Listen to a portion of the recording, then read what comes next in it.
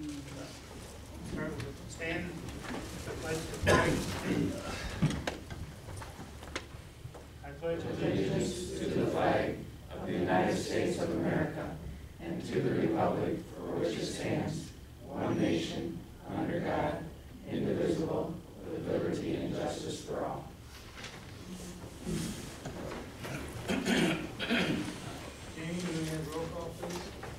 Thayer, Here. Bamberg, Here. Goldine, Here. Bossman, Here. Batcher, McNally, Here. Turnbull, Here. Quaker, Townsend, Here. and Baker. Here. Any changes or corrections to the agenda? I'll make a motion that we approve the agenda as presented. Support. Motion is made and seconded. To approve the agenda as presented. All in favor, aye. Opposed, nay. Motion carried. Minutes from November 12th. I'll make a motion, we approve the minutes from November 12th regular meeting as presented. Support. Motion been made and seconded to approve those minutes. All in favor, aye. Aye. Opposed, nay. Motion carried. There are no special orders.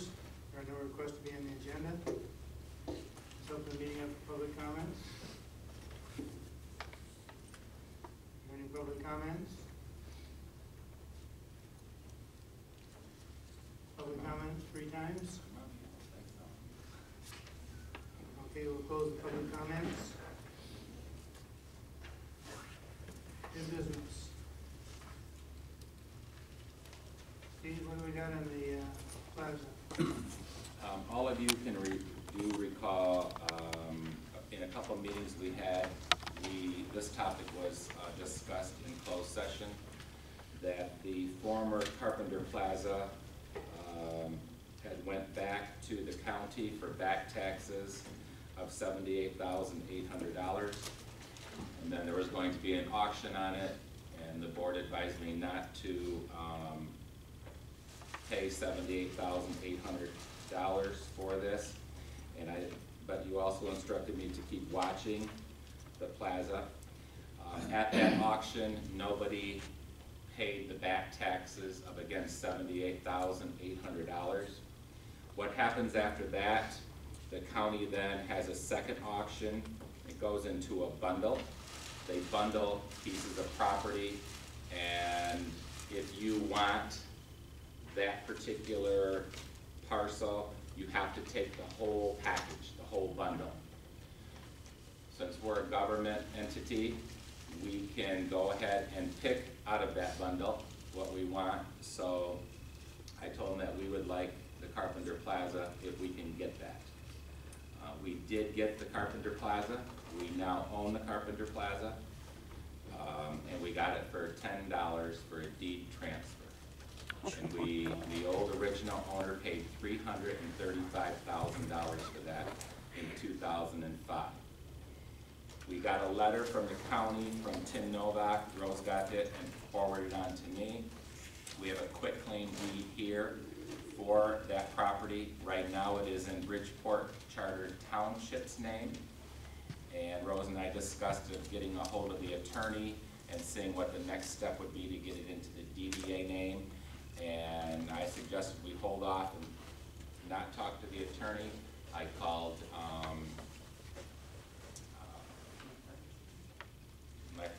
Jan Ferguson from First American Title, and she's just making a quick claim deed from Bridgeport Charter to Bridgeport DDA for $10.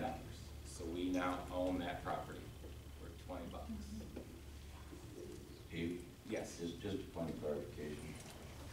Every year the township gets a list of those properties available.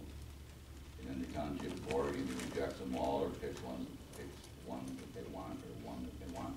Okay. So then the township board picked that one. Okay. So it now is owned by the township. And then it will be, you know, it would have to be board approval to transfer it over to the DDA, just clarification. Okay. Then I didn't recall. Okay, so should I not have Jan do that right now until I get board approval from, you're saying from the town board? Yeah. Okay. So I guess we'll have to wait before we actually quit claim deed it over to the DDA. Do you see a problem with the board approving that or no? No. Okay.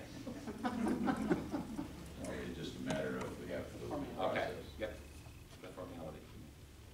But I thought, for that kind of money, for $10, we got a good piece of property that hopefully we can use down the road, 5 years, 10 years, or whatever kind of plan that we come up with. We have that property now. We also insured that property, both buildings. Rose had talked to me about this. She got a hold of Norm Bamberger, and our concern was if somebody goes over there and, let's say, sets one of the buildings on fire, we wouldn't have the proper insurance. The one building, the small one, Roadies gave me a quote of $10,000 to take that one down and $42,000 to take the other one down, when in fact we do take that down years down the road. So we were roughly looking at about $52,000 worth of demolition. After talking to Rose, I okayed that we put $50,000 on each building, and it costs us $75 per building for the year, so $150. We have liability insurance. And we do have liability insurance, yes. Okay.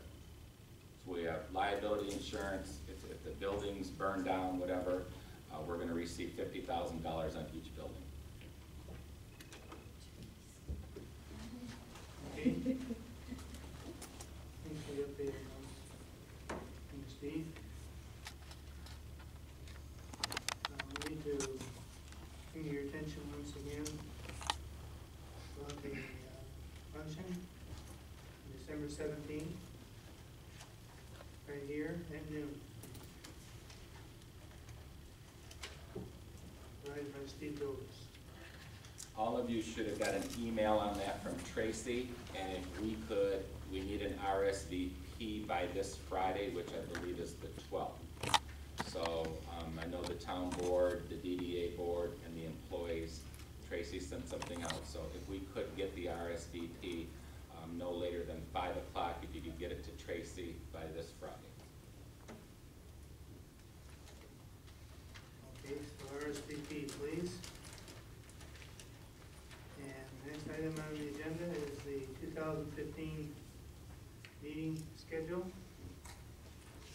That's in your packet. Jamie brought that to my attention, and you'll see the dates for 2015 DDA meeting. What's your item, put your meeting dates on your calendar, your Yep. personal calendars. Okay, that concludes new business. This goes on to the old business. Steve, what do you have on the Canoe Launch? I'm going to invite Bill Wheeler to talk about this, and also Tanya. We've got some to-date updated information, and we've got some good news and some not so good news, but it's all gonna be great news when we get done. So, Bill? Yeah, I'd like you to go to state your name with the new.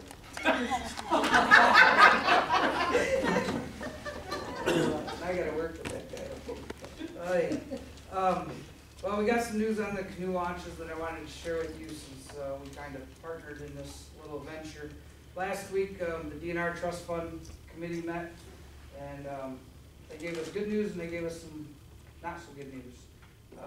We were recommended for funding at the Davis site back here in the amount of $121,100, but the Hoffman site was not recommended for funding. That basically, and Tanya will go into this more with the scores and how all that works, so I'll let her talk about that. Yesterday, the Anderson Foundation met with their meeting, and they have agreed to give $30,000 over the next 3 years to our projects. Last week, I also received $10,000 from the Wicks Foundation. and my proposal to them. So to date, as of today, I've raised $120,000 toward both these projects. And we have a plan moving forward. Tanya and I just talked a little while ago about the strategies moving forward.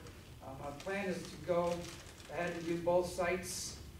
It's just gonna take us a little longer than what we anticipated with the DNR not funding, or not recommending the funding for the other, for the Hoffman site. So, just to recap, this year, Saginaw Bay Watershed Initiative Network gave us $20,000, Bridgeport Charter Township gave us $10,000, the Wicks Foundation gave us $10,000, the Morley Foundation gave us $5,000, Anderson Foundation gave us $30,000 over 3 years, and the McNally Foundation gave us $45,000 over 3 years. So, I'm really excited about the projects moving forward. So, I'll let Tanya talk about the Hoffman site and why that was.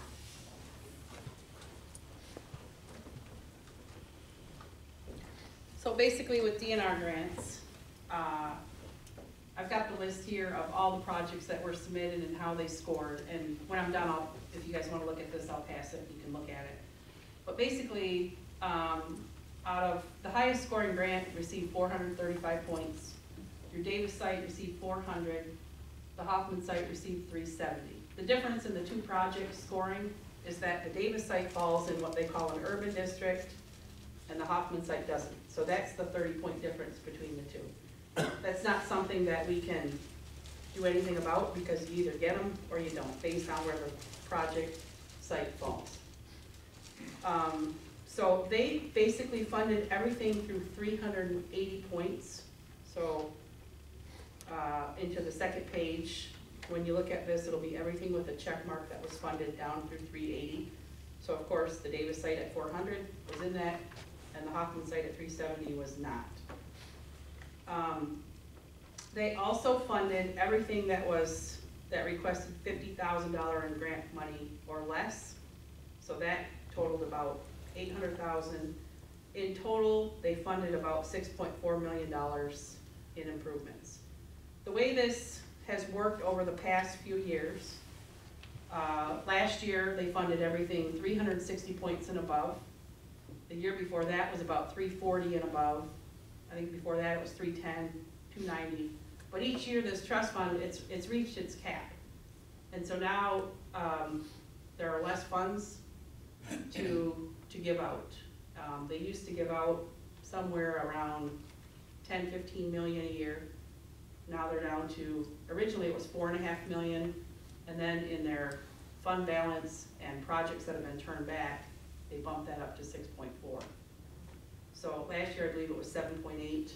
So each year they've got a little bit less to give out. I don't know what it's going to look like next year. Traditionally, the strategies moving forward that we talked about with Bill,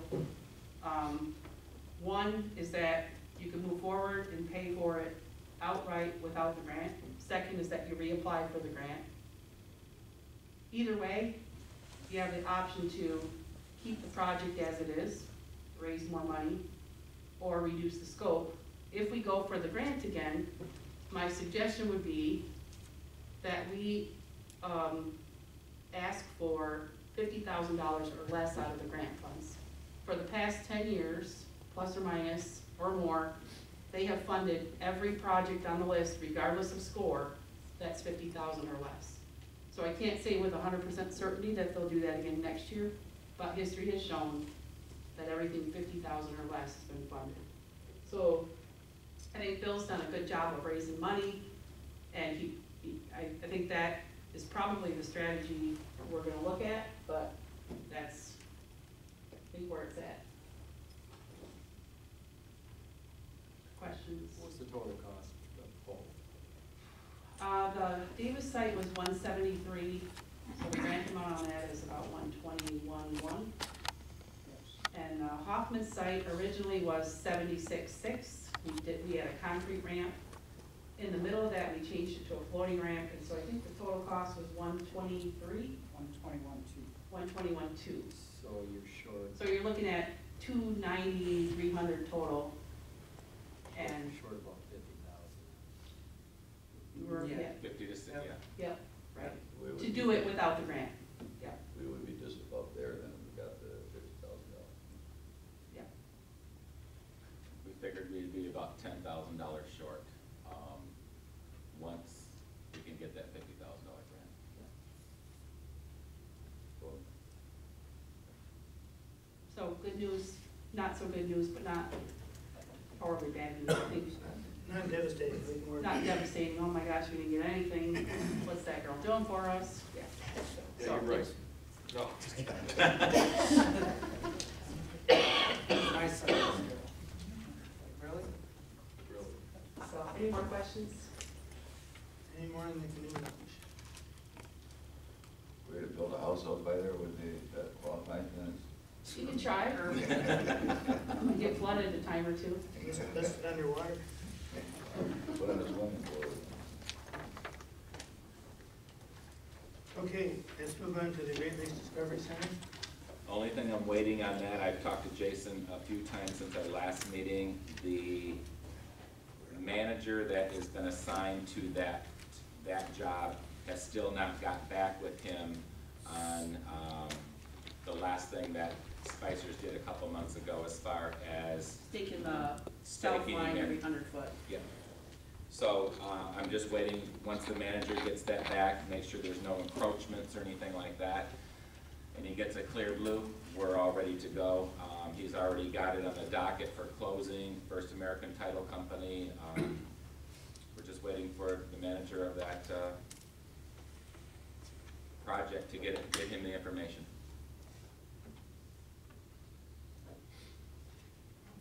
Any more questions on the Great Lakes Discovery Center, any more on the book? That concludes Great Lakes Discovery Center. Beautification update, Steve. At our last meeting, we decided to form a subcommittee for beautification. Beautification is actually closing down their 501c3, and I'm going to accept the mail now for beautification through the DDA. Only reason I got this on here is in our January meeting, I would like to pick, or the chair, we need to pick a subcommittee for the DDA, or for the beautification. So if you're interested in beautification and you'd like to be on the subcommittee, please let us know at the January meeting so that we can have that formed.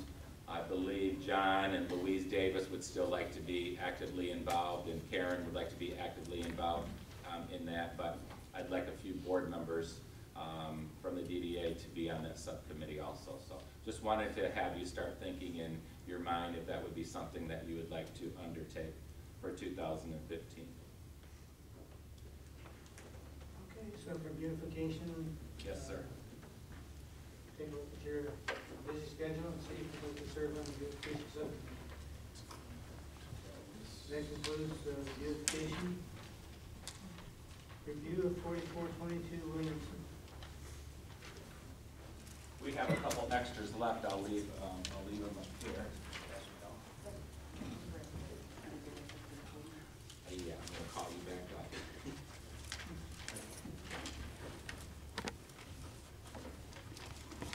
How many did you bring? One, and I took one, so 19 for I you. know Carla would like one. She asked for one last time, and if anybody else would like one, that's, okay.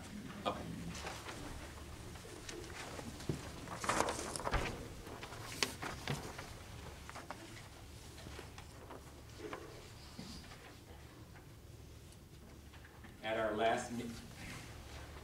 last meeting, Tanya was putting the conceptual plan together that you guys approved, and she now has actually, looks like a pretty well full scope of what things would look like down there with an estimated, can you hear that okay? Okay, with an estimated cost, and then what we need to do is to, whether we want to instruct Tanya and Spicer to follow through on grant through the MDOT and the DNR, right? Or the DNR, or both. So do you guys want a couple of those copies? All right, Tanya? So, you've already seen this plan, I just updated it a little bit, put the old picture of the facade of the gas station on there. But the changes from last time are that you asked to add electrical and lighting to the pavilion, irrigation to any landscape beds, and,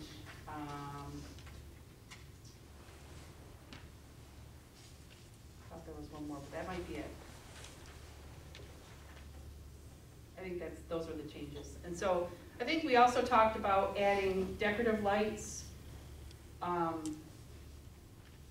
But I'll do that if you want, but here's my thought on that, is just that something nice can become too much. And if we put some decorative lights, say on the building as we renovate it, or on the pavilion, I think lighting wise, you're gonna be covered. I don't wanna have a daylight out there at nighttime, especially with the house next door. So those are just my thoughts on having too many lights and having it too much to look at and detracting, so. I know in commercial buildings or industrial buildings, there's some new rules about, Number of foot candles and, yeah. Yeah, I think when we do the lighting, especially with the building and all, probably it would be nice to do a photometric plan to show what the foot candles are and. light pollution, I think. Right, yeah. Tanya, that number 7, that lump sum of $150,000, that would be the bathrooms inside and Right. the outside. Mhm. Those, okay. Yep. So basically, the numbers on the cost list correspond with the numbers on the plan. So, like 1 goes with proposed dock, we estimated that at $37.5. I foresee that being, having piles driven or being a cantilever deck.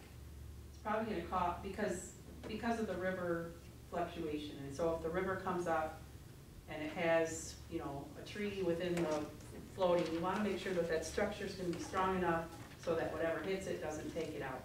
So it either needs to have piles driven or cantilever, out over so that, we can minimize that effect. So that cost is probably a little higher than, what you think, but that's why. Number 2, I estimated that pavilion out there would be about a 20-foot by 20-foot structure. You can go larger, you can go smaller, but that'll fit about probably 4 tables comfortably. You could probably squeeze in a few more if you wanted.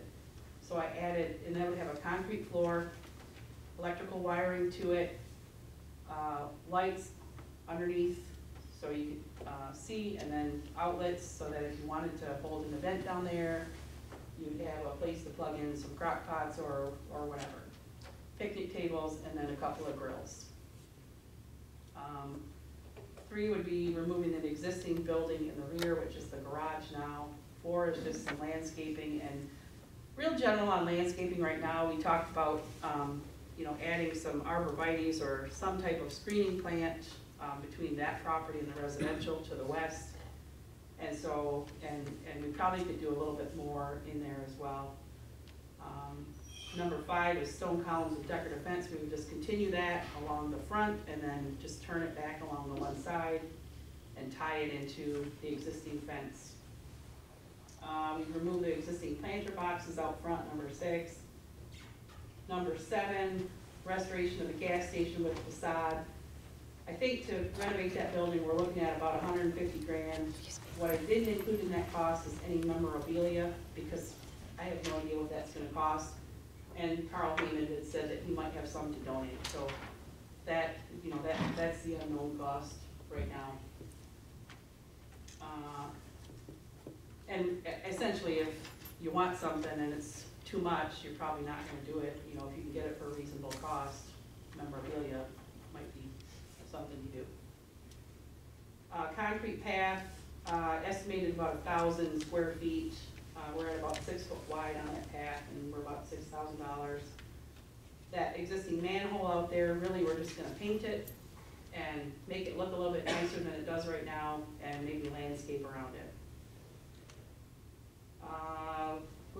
order to put that walkway in there, we've gotta relocate that existing trash receptacle and the shrubs that go around the one side of the circle. So that cost is in there. We've got the interpretive sign, which is the three-sided kiosk that we've been talking about, and on one side it would talk about the bridge, one side would talk about the old gas station, and the other side would talk about maybe the history of Bridgeport. Bike rack, got that in there. I know we talked about, you know, doing something a little bit unique with, you know, maybe we take an old gas pump and weld a bike rack or something to it, but I don't have that cost in there, because depends on whether we can get that memorabilia, and then how much that memorabilia is gonna cost to do that. So that cost is for a standard bike rack. If we decide to do something a little fancier, then that cost might increase a little bit. We've gotta remove the columns of fencing coming between the bridge property and this property. There's 2 columns that come back in there and the fencing that goes with it. And then we remove the old concrete walk that goes around the building right now. We redo it like it shows here. Then just some general costs that are gonna go with all these things: excavation and rough grading, soil and sedimentation control, site restoration cleanup permits, and then construction stake and material testing. So grand total is a little higher than I thought it would be, but I think it's where it needs to be. So with contingency, you're looking at about a construction cost of about $340 grand. We have to survey the site. If we're gonna write a grant, there's a cost there, and that's gonna depend on which grant we decide to go with.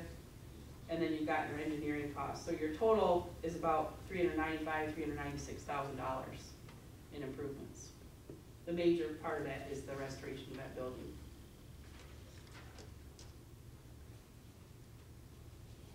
Tanya, what do you think the grant writing, and I won't hold you to a number, but what would that?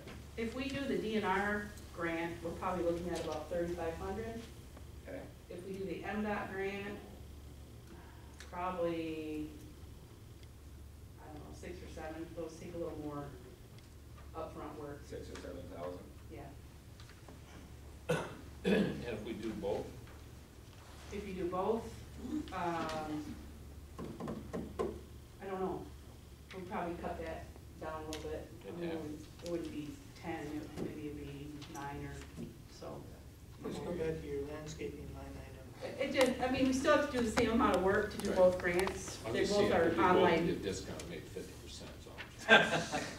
I'll see what I can do. Repeat right there. Look at that. On the landscaping calculations that you did you include irrigation? I included irrigation. You know what, I didn't in the cost. That's not in the I thought you estimate. said you did on. But you're talking about, this minute, your landscaping, we get 7,500, so, I'm sorry, I missed that. Probably looking at another, 3 to 5 grand for irrigation. That's doing some of the stuff that's at the bridge already, and doing this, whatever we do here. But you gotta get all your controls and your piping and wiring into the site. Your water access is probably at the street, but you gotta bring all that in too, so in your meters and. I mean, our time it's worth is not having to have somebody go down there to water everything. Over time, it's gonna pay off, but, you know, initially, you get that initial cost. Now, of this $395,000, Yeah. what would be the match for the DNR and the MDOT? Is it about the same? Are we looking at 20, 30%, or? You're probably looking at a minimum of 30 to 35% match for both grants. I say the MDOT, you're probably looking at a minimum of 35%. For the DNR, you're probably looking at minimum 30 to be competitive. Their actual minimums are less than that. DNR's 25 and the MDOT's 20, but if you only put in 20 in MDOT, you're not gonna get it. You're saying our match, Our match? Your match, Yes. yep. so you're looking at almost 200. So about $120,000, 100 and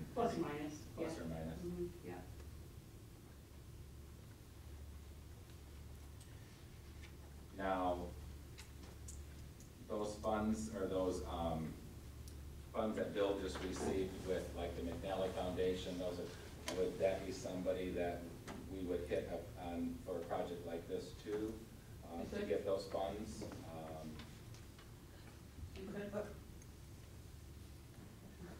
I just threw your name out there, Jeff.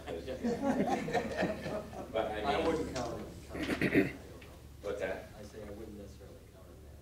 Yeah, no, but I'm saying those are some that we would probably, a letter then would have to come from the DDA looking for funding, and then you would have to kind of help me on some other organizations or nonprofit or whatever they are to help us get some. Foundations. Foundations, right, to help us get some of that $120,000, right? Otherwise, I could go to the township and, look at Augie. I have a question. If we do the grant, is a component of it, well, my question is, if we determine that to refurbish that building is more expensive than we'd like to spend, would that alter the grants?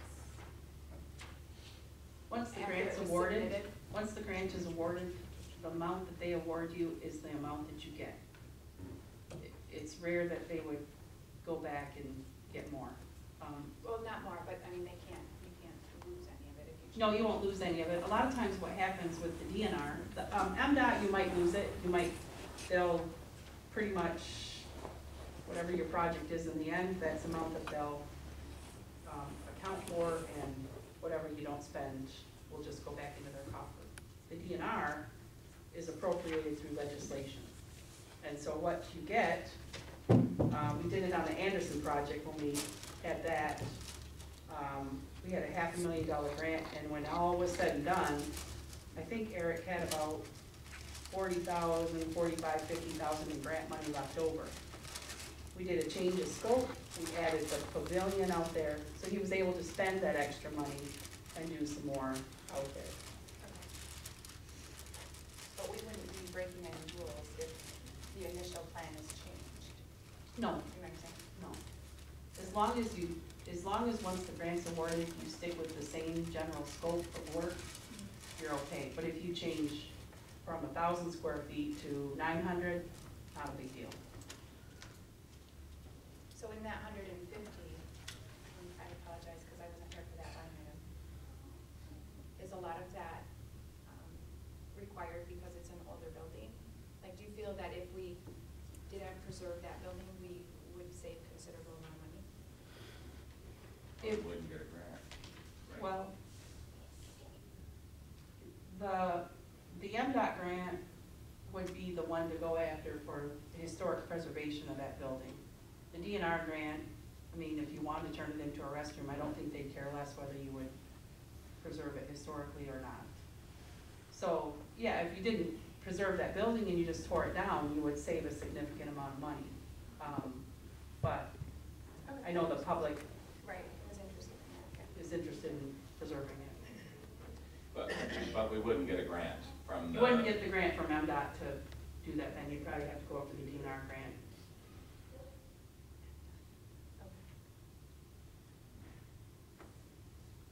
Okay, you want to just run it? Well, I think what we need to do is decide whether we want to move this avenue or bring it back to the next meeting. We've already paid $3,000 for the conceptual plan.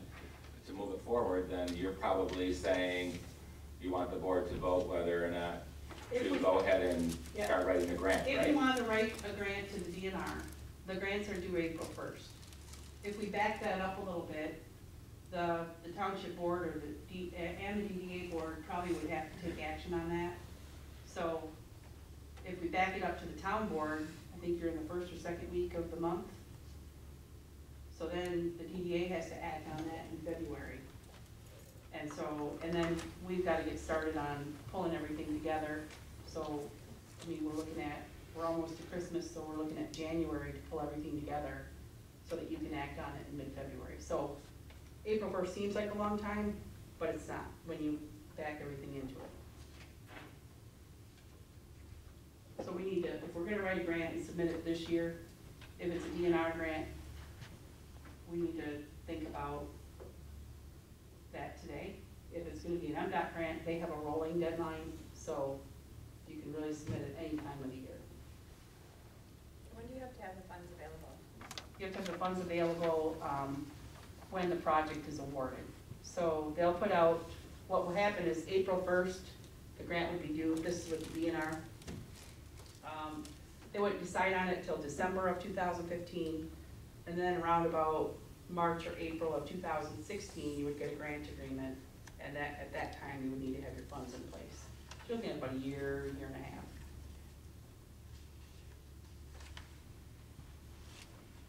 You need to commit to those funds when you write the grant through a resolution, but you don't actually have to have them in place till later. So getting back to Daryl, to write, both grants, you're looking at $9,000 to $10,000, Yeah, yeah, not to exceed. not to exceed. And I think I could do it, we could probably do it for about 9. It's not 50%. Did we get money for both grants? Yeah, If I ever recall, Yes, question. I'm sorry, what? Did we get money from both grants? Do you get money for both grants? Did we get money from both grants? Are you On the confident? same piece of property? I think we should talk to MDOT, whether we need to sit down and meet with them. DNR, I'm pretty confident. You've got the things that hit the DNR grant, or that you have the fishing platform, wildlife viewing. I think that's gonna get you a lot of points. You're in the urban area, so that's gonna get you a lot of points. And that hits you in 2 areas of point value. And then you're right on the historic bridge, which you have the regional, which will become a regional trail there. So all those things, I think, work in your favor. I think Jim's question was, we could potentially be awarding a grant from each as opposed to. Yeah, if you apply for both grants, what they like you to do is that your scope of work for both grants is exactly the same, and they work together then when they're funded. And so one grant becomes a certain percent, the other grant becomes a certain percent of the project, and then your local match becomes a certain percent. When they do that, does that typically increase the total amount available? Through the grant agency? Yes. Um, You said that they. The maximum amount you can get from the DNR is 300.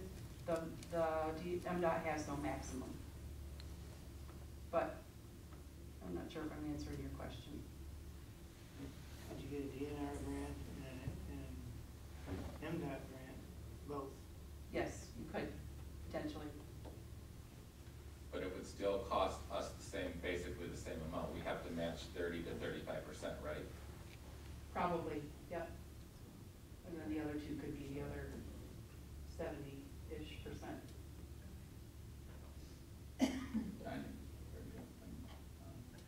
if I recall correctly, when we had the meeting and Carl Hammond was there, Yeah. he had offered to write, I don't know, a couple foundations or whatever that he had worked with previously, and he had volunteered to write some grant or some grants. Do you remember the details about that? I think he offered to help write grants, but I don't know if he knew what those would be or what sources, and we could certainly look into. I thought he said he already had done that for something else in his community now, or whatever. For another Augie project. is right. Yeah, He, depending on which grant that we go here, he did state in that meeting that he has done some grant writing himself and has gotten some money for the Midland Sanford area where he's from in that area. yep. And he did say that he would help, or he has a couple foundations that he would approach and do the grant writing. You're exactly right. So that would help toward the 30%. That would help, on the grant writing If we're, side of Well, things. whatever.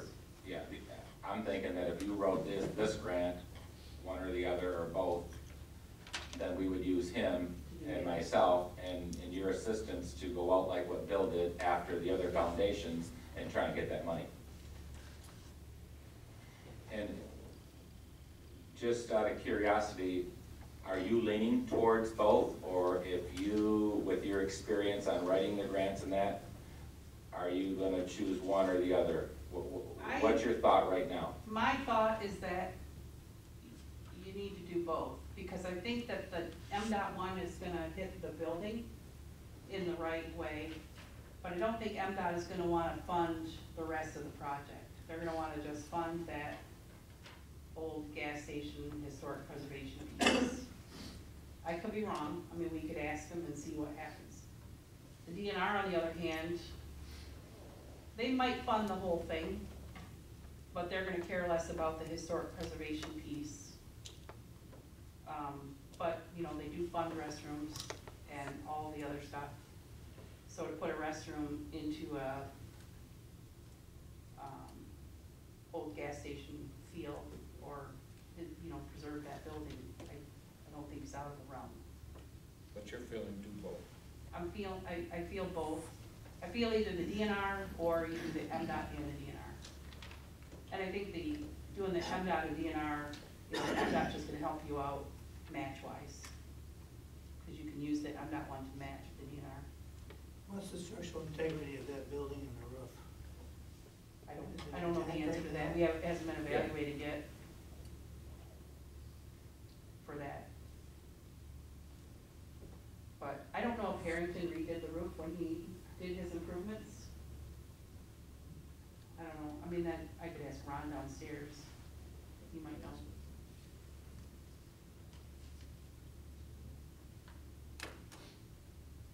Okay, is there any action we need to take today? What's that?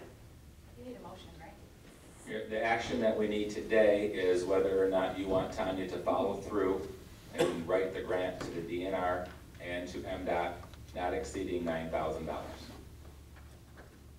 Because I understand you want to get it rolling now because of time. Yeah, Is that correct? right. I don't wanna come the second week in January and then we're scrambling to get everything together.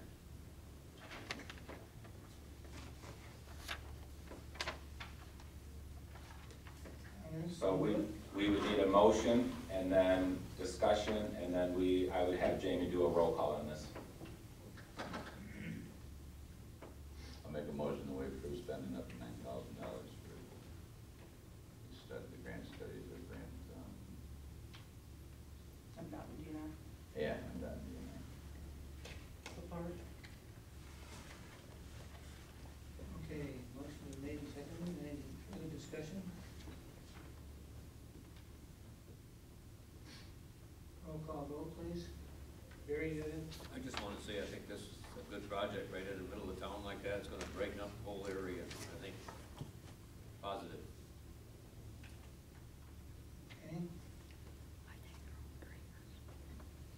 Let's have a roll call vote. Thayer, Yes. Bamber, Yes. Govine, Yes. Hoffman, Yes. Batcher. Yes. McNally, Yes. Turnbull, Yes. Blakert, Yes. Townsend, yeah. Baker. Yes. Thank you. Thank you, Tanya. Thank you. Okay, that concludes the Williamson conference discussion. Let's go on to the billboard in I-75. Yeah, the only thing I have on that, if you'd like to look at my computer before you leave, there were two signs here. One was a little bit bolder, and one was the print here. You guys left it up to me and to the guy, John at Sports Graphic. This is the one that he thought the boldness was not the proper one, so we went with this one here. And we bolded up, is that a word? Visit Michigan's #1 historic bridge, discover us, exit 144B. So the only thing that we had in question was, some of you wanted the big bold, some of you wanted this script, and it was in the minutes to leave it up to me and John, and that's the one we went with. It's been ordered. He'll get a hold of Munchie. You approved the 21 or whatever it was in the minutes. The billboard has been ordered, and at this point, they will even contact the owner of the property. And you should see this up there, I would say, maybe even yet this month or in January, the new sign on I-75.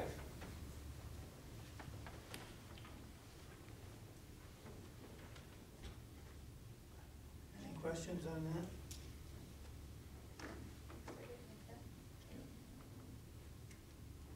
Okay, that concludes the I-75 billboard. Let's move on to 6137 Dixie Highway update. That, as you recall, that is the property right next to Rite Aid that we bought and are in the process of tearing down. The only thing we're waiting on right now for is confirmation from consumers. You have to do the water lines, of course we do that, cap the sewer lines, and then all of the electrical and all of the gas has to be cut at a certain area. There's a word for it, I'm learning a lot in this job. But anyway, they gotta make sure that the gas and the electrical is not going to interfere with the tear down. So we're just waiting on confirmation. Rich from Rody Brothers and myself have been in contact with them. Of course, they won't talk to him. They'll only talk to the owners of the property, which is the DDA board. So we're looking for tear down a week from today. So the house will be demoed a week, next week. He told me a week from today, that was yesterday, but I'm just gonna say it's gonna be sometime next week. And we had to go in there and see if there was any asbestos. So we had, I think it was Rick from Reliable, or one of the guys from Reliable. There is no asbestos in it. It was gonna cost us an additional $2,000 if there was asbestos. There is no asbestos.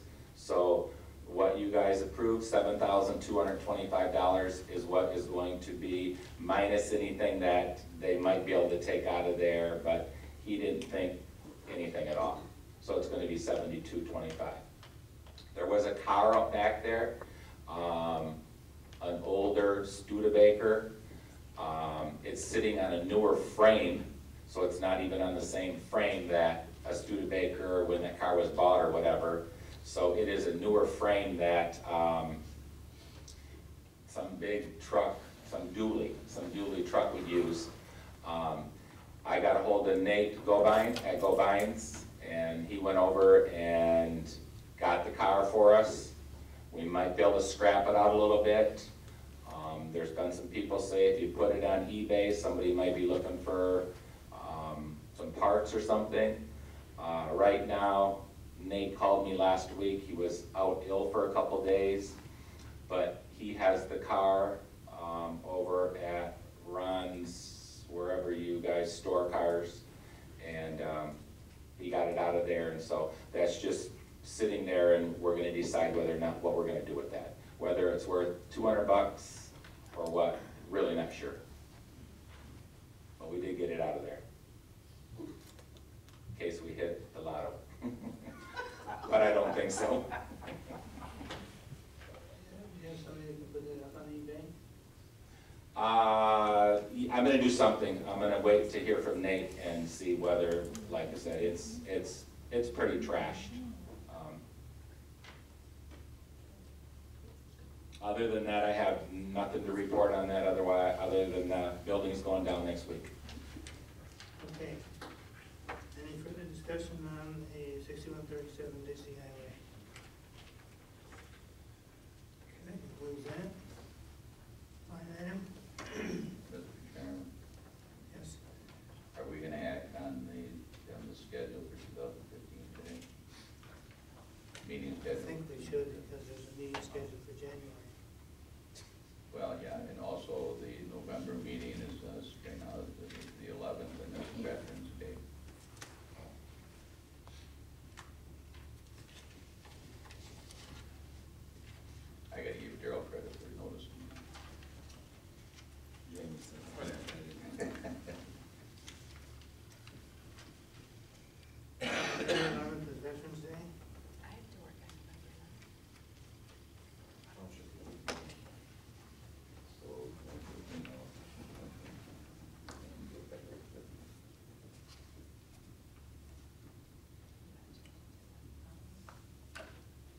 want to change that to the following Wednesday, the 18th? See if Daryl and his magic fingers can find. The 18th. No, Thanksgiving will be 26th. No, it's Wednesday. Last Thursday.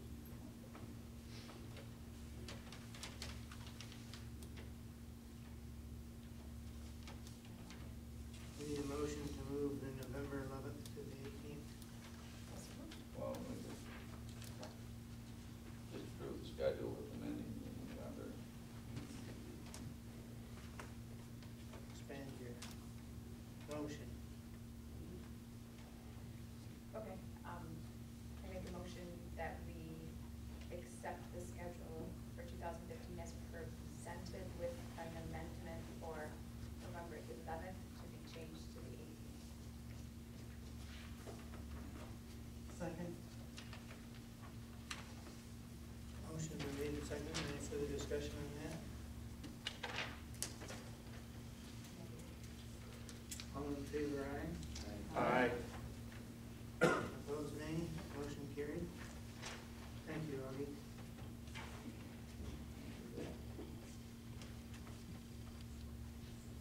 Okay. Closed session, there is none. And the DDA coordinators report? I just have a couple more things. I gave Augie the 4 people that were up for re-election, their letter that they would like to serve another term. He will then take those to the, I believe, town board at their next meeting. Jamie is passing out a sheet here, some land. I want to go over this with you. Rose, did you get a copy? I wish it could have been a little bit more clear, but I think you guys can follow along with me. You'll notice when you're looking at it, Bridgeport Charter Township property, that is the Gable Gardens. I'm going to go up here to the right. It's actually 4,800. You can kind of see it there. The first little square to the right of Gable Gardens, closest to the highway. The guy who owns it's actually an acquaintance of mine. He goes to the church where I cater from. His name is Chris Pasitas. He called me. He's been in contact with me a couple times. He wants to donate that property to the DDA and just pay his property taxes of $89.78. I told him I need to do some research on that and then bring it back to the board. After researching that and having Jamie help me go on Sega, they changed a little bit how you do that. I noticed that the property right next to him is owned by the Saginaw County Land Bank. The next one is owned by the Saginaw County Land Bank. You can see 5 more lots running to your right, looking at it on Wiegand. You see Wiegand Road up there. Those are all owned by the Saginaw County Land Bank. So, had a meeting with Ron, and Rose was also included on this, and Jamie, we all sat down. If Chris Basitas wants to donate that property to the DDA, it opens up all of that other property that the DDA could get from the county land bank at almost nothing. That would give us 1.5 acres. And Ron from Planning and Zoning said this is a no-brainer. My question to you is if you want me to act on this with the Saginaw County Land Bank and Tim Novak over at the county government center there. This piece of property would actually be bigger than what Dollar General just built on. So I don't know how we could lose. We would have a great piece of property there, 1.5 acres. There's a few trees on it, as you can see, but really nothing that has to be torn down. There's no buildings at all on? No buildings at all. But like I said, there's some trees there. DDA would just have to maintain it, we'd have to cut it. But we're right there doing the Gable Gardens location. Be more attractive for somebody to want to come in if you have that corner. It would be. Especially through the marketing and promotion thing that I want to do. It's going to give us a huge piece of property here. As I said, about 1.5 acres. Street right away on all 4 sides. You do. So, Street right away on all 4 sides.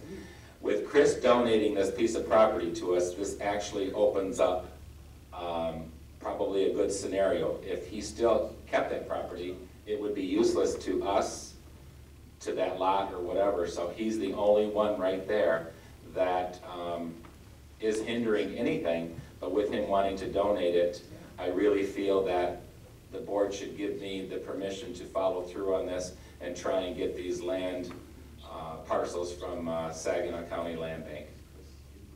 Steve, the only question I would have, and I can just at the top of Rose's head, I'm not quite sure on the procedure of that with the land bank. If it would have to be a case of Chris Pacitas giving the township that piece of property, and the township able to get that land bank property and then transfer it, another procedural thing, transfer it to the DDA. But that's something we should probably check on. Are you familiar, Rose, with that? No, we'd have to check with Tim back on it.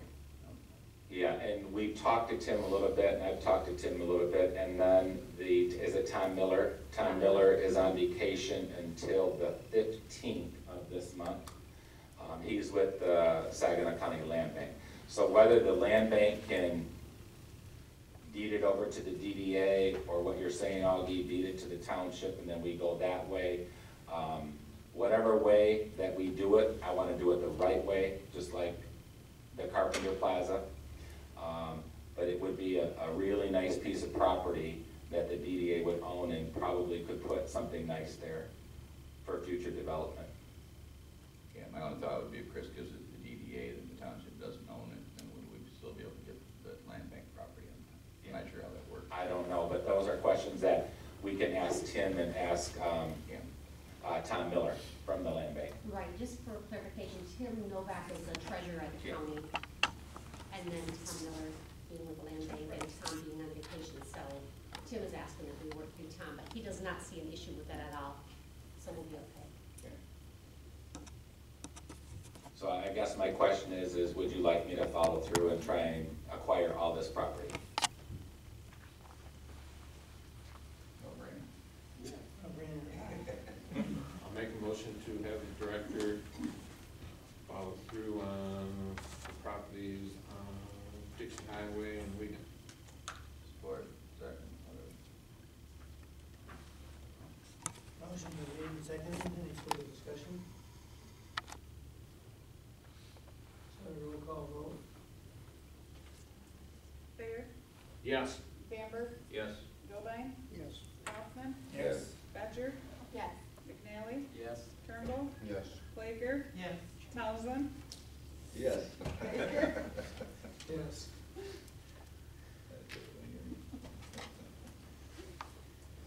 Been fine, Steve. Thank you.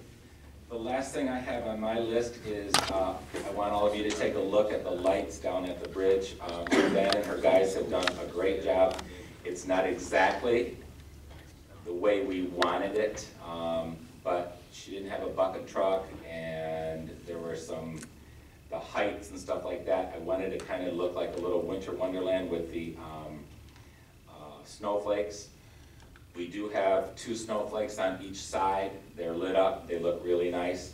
The snowflakes that are in where the shrubs are and all the other decorative stuff, they're a little too low. So today, actually Chris was working on that today, where they're gonna go up another 3 or 4 feet to extend them up so that it looks so that it doesn't blend in with all the other things, and it looks kind of like the snowflakes are falling from the sky. So with that said, I think they did a great job this year. Ruth Ann and myself, we really want to enhance it for the following year. It was the first year learning experience down there. But we are taking some of the old stuff and utilizing it, and I think it looks awesome down there. At nighttime, it looks really, really nice. I don't know if anybody has seen it. Yep. It looks very, very nice, so.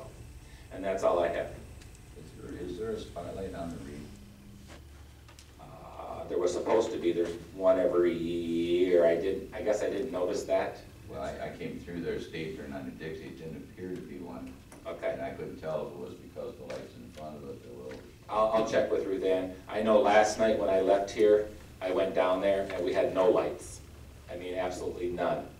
And I had talked to Ruth Ann today, there was a breaker blown last night. I guess, I don't think there was any lights on down there. But today they got that fixed. And then somebody had unplugged one of the lights of that. We don't know, but somebody had unplugged one of the lights. So we're kind of watching that real close. Yeah, some Scrooge. And that's all I have. I hope to see everybody at the Christmas party on the 17th. And please get your RSVP to Tracy. Steve, good job on the Christmas decoration, it looked fantastic. Good. Driving through the town tonight, it looks professional. Some are not lit up though. Okay, yeah, I was gonna address that. Augie has brought that to mine and Ruth Ann's attention. And if, Augie, you can jump in too. Some of those, the way that they're positioned, like a couple of the candy canes, one looks really bright and one doesn't look as bright.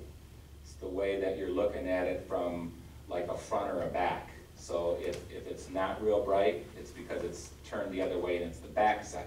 I noticed the same thing, and I brought that to Ruth Ann's attention.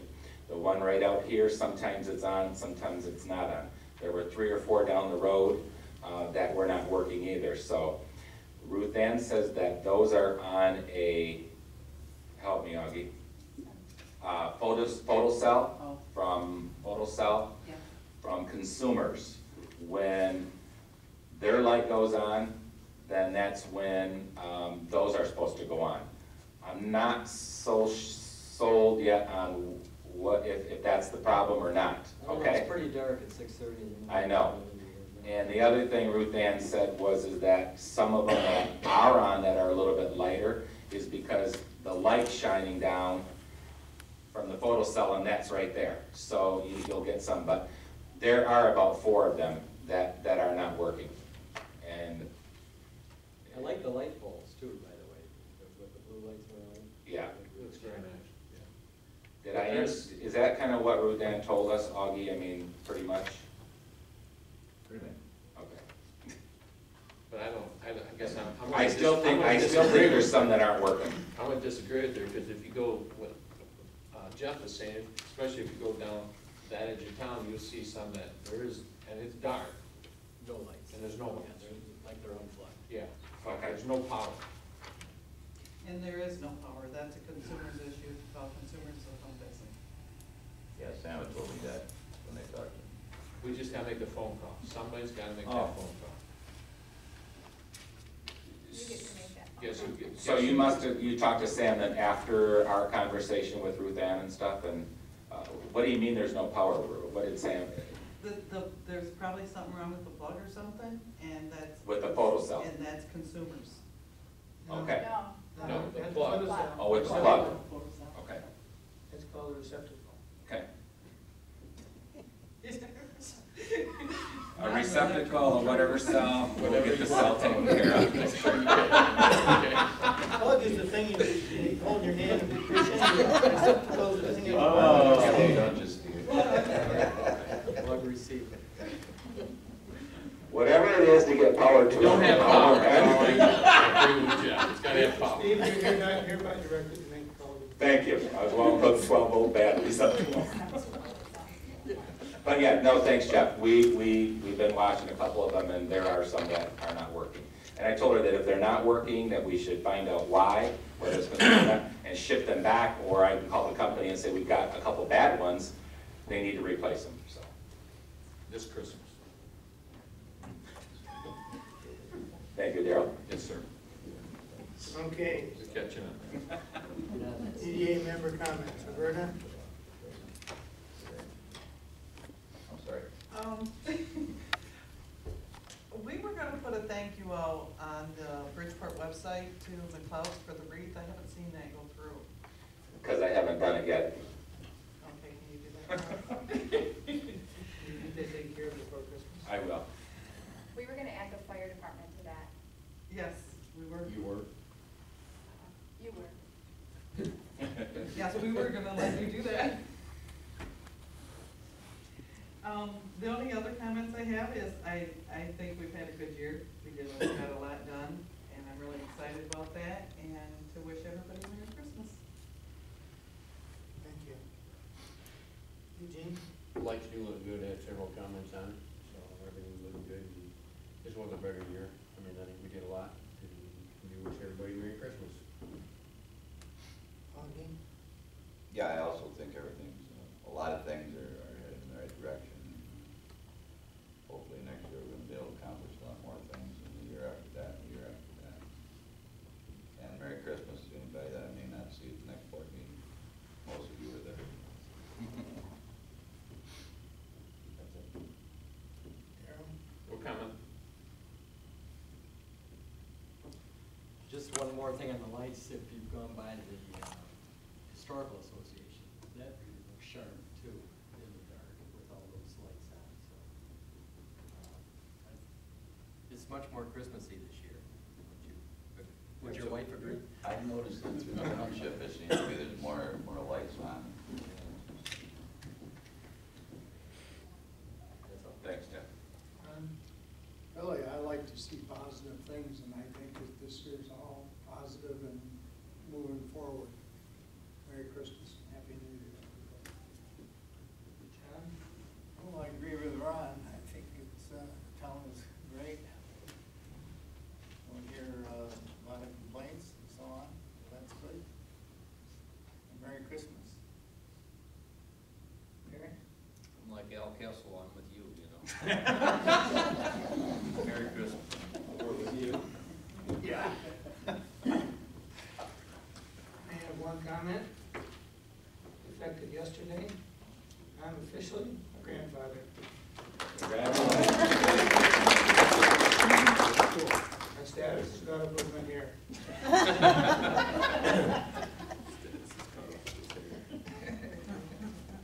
Okay, the next regular meeting's on January 14th, 10 noon. Is there a motion to adjourn? Motion to adjourn? Second? Second. All in favor, aye? Aye. Meeting adjourned. Thank you, everyone.